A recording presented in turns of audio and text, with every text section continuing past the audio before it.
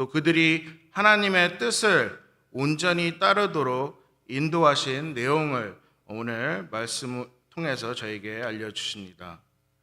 이스라엘 백성은 여호수아가 죽은 후 잠시나마 하나님께 의지하고 또 가나안 족속들과 전쟁에서 승리하면서 점차 여러 지역을 정복하고 잘 정착하면서 살아가고 있었습니다. 하지만 또다시 이스라엘은 하나님의 명령을 어기고 가나안 땅에 거주하던 민족들과 또 언약을 맺게 되며 가나안의 우상인 이 바알과 아스다롯을 섬기게 되며 다시금 하나님께 심판을 받게 됩니다.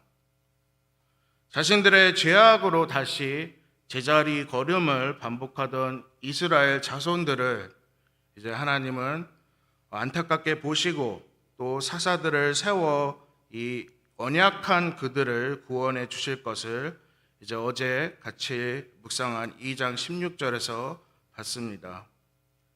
이처럼 이스라엘은 계속해서 그들을 위해 헌신하고 사랑으로 인도해 주시는 하나님의 은혜를 순종하지 않았고 잊고 살면서 또 하나님께서는 그들을 시험을 통해서 이 가나안 족속에 머물던 그들을 통해 이제 오늘 1절부터 2절에서 나오는 대로 하나님은 다시 한번 이스라엘에게 이제 하나님의 뜻을 전달해 주십니다. 하나님이 주신 이 약속의 땅에 들어온 이스라엘 공동체는 끊임없이 하나님을 잊고 죄악에 빠지고 또 하나님 여호와 주님은 그들을 용서해 주셨습니다. 받을 자격이 없는 죄인들을 끝까지 구원해 주시고 또 하나님의 자비로우신 사랑과 은혜로 계속해서 보게 될 때 현재 저희들의 삶 속에서 살아계시고 또 저희들 또한 똑같은 사랑과 은혜로 이끌어 주시는 하나님의 보살핌을 느낄 수 있습니다. 그럼 함께 오늘 주신 말씀을 보겠습니다. 1절부터 4절에서 저희가 이해할 수 있는 부분은 이 가나안의 모든 이 전쟁을 알지 못하는 자라고 두 번이나 반복해서 이제 나옵니다. 이스라엘을 시험하셨다는 이 뉘앙스를 봐서 이 이스라엘이 가나안 땅에 정착하여 낳은 이 자녀들을 뜻하고 있습니다. 어떻게 보면 이스라엘의 3세대라고 이제 생각할 수 있습니다. 또한 계속해서 하나님은 이 새로운 이스라엘 자손들에게 이제 그분의 능력과 은혜를 나타내 주신다는 목적을 찾아볼 수 있습니다. 이처럼 이스라엘 후손들은 그들의 부모들에게 올바른 신앙교육을 배우지 못했다는 점도 볼 수 있습니다.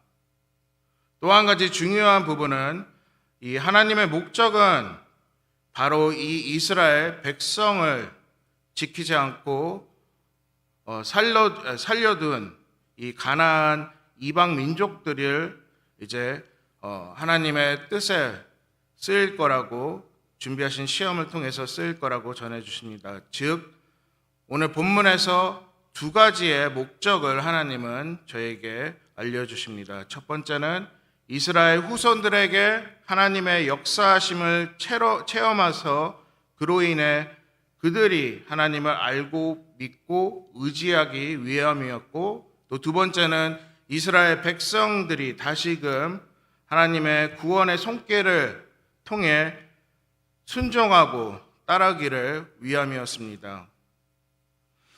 또한 5절부터 8절에서 나와 있듯이 이스라엘 백성들이 이제 가나안 민족들과 함께 지내며 그들의 딸들과 결혼을 하고 또 그들이 섬기는 우상들을 섬기게 됩니다. 그렇지만 하나님은 그러한 그들 앞에서 개입하지 않으시고 지켜보십니다. 분명히 하나님은 여호수아를 통해 가나안 지역에 정복하지 않은 땅을 점령하라고 각 지파들에게 당부해 주셨습니다. 하지만 이스라엘 지파들은 하나님의 뜻을 잊고 그들을 정복하고 쫓아내지 않고 또 그 민족들과 함께 타협하며 살아가고 있었습니다. 이제는 그들의 힘에 굴복이 되어 또 다시금 이스라엘은 노예의 삶을 이제 살아가게 됩니다. 그리하여 8절에서 이스라엘은 자신들의 죄의 본질에 빠져 8년이라는 이 긴 세월을 이제 메소보다미아 왕 구라 리사다임을 섬기고 또 고난하는 이제 모습을 보게 됩니다. 오늘날 저희들도 똑같이 주의해야 되는 점은 세상 가치관이 다른 이 세상 속에서 살아가고 있는 또 사람들과 또 교제를 하며 관계를 가질 때 간혹 저희들이 하나님이 알려주신 거룩함과 순수함을 지켜야 하지만 또 그들의 또 세상의 유혹들에 이제 저희가 그 영향을 받고 또 똑같이 이스라엘과 같이 하나님의 은혜를 잊고 살아갈 때가 종종 있습니다.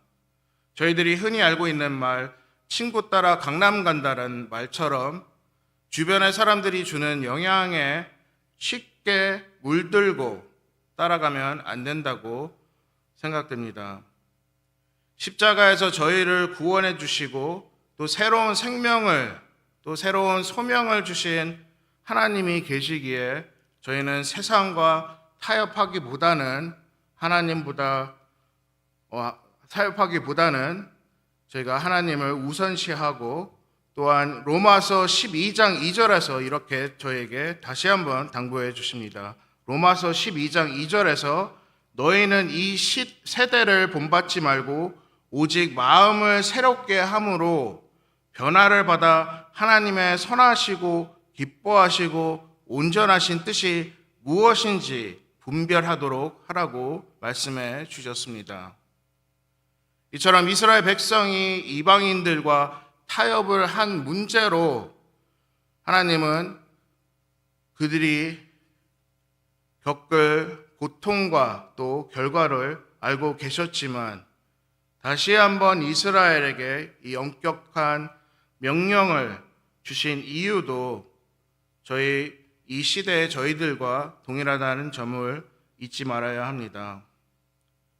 하나님께서 죄를 미워하시고 또 죄를 범하는 자들에게는 엄격하고 공평하게 심판해 주십니다.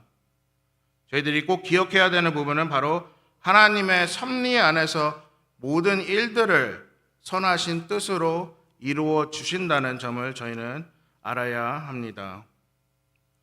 계속해서 본문으로 돌아가 그리하여 이스라엘은 이 8년이라는 시간 속에 하나님의 심판을 받게 되며 또 이스라엘을 구원해 주실 이 완벽한 시간에 그들의 첫 번째 사사인 이제 갈렙의 아우 그나스의 아들인 온니엘을 보내주시게 됩니다.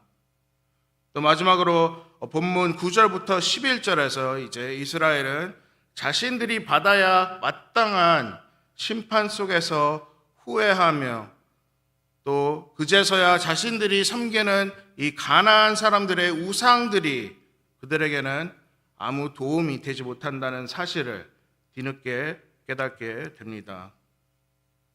이스라엘 자손들은 그들의 조상들이 찾고 또 부르짖었던 여호와 하나님을 찾고 회개하며 다시 한번 하나님의 은혜를, 하나님의 자비를 부탁하게 됩니다.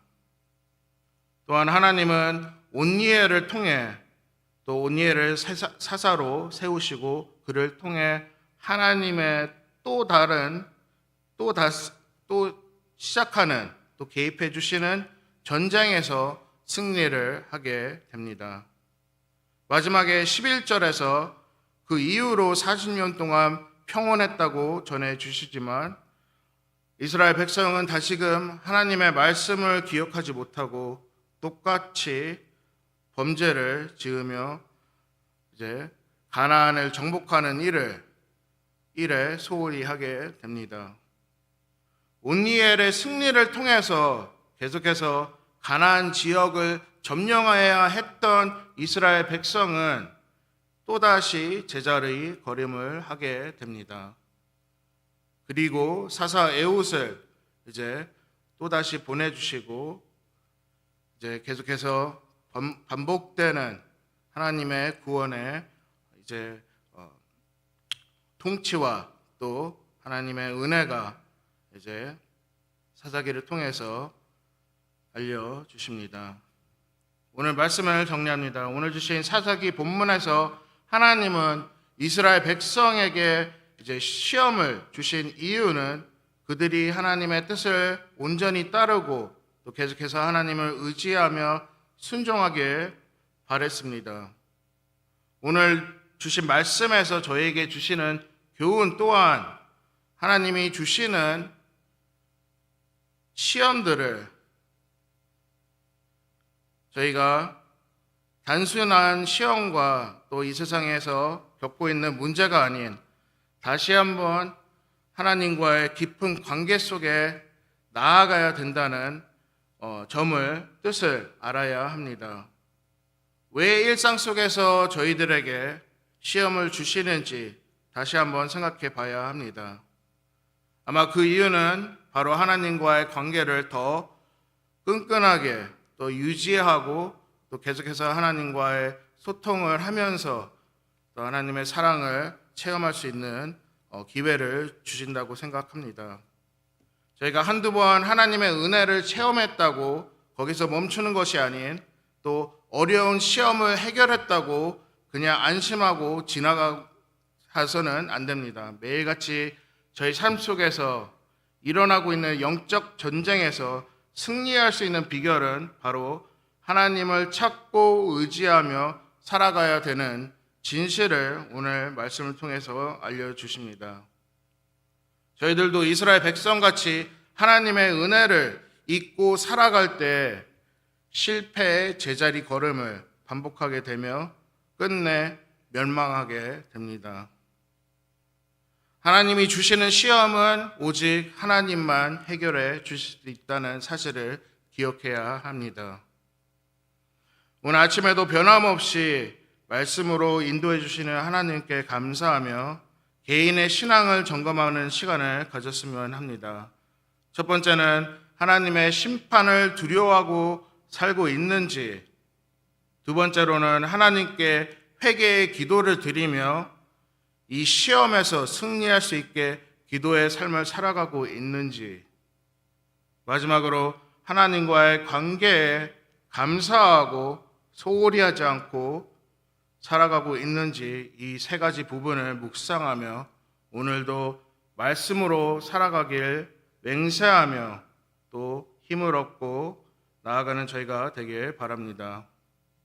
오늘도 변함없이 저에게 전해주실 말씀을 가지고 또 묵상으로 끝내지 않고 저희들 각자의 삶 속에서 주님의 뜻대로 적용하며 살아가며 날마다 말씀으로 저희가 주님의 임재와 또 임재를 통해서 축복을 받는 삶을 살아가는 저와 여러분이 되시게 주님의 이름으로 축복드립니다. 함께 기도 드리시겠습니다. 감사합니다. 하나님 아버지, 저희가 항상 주님의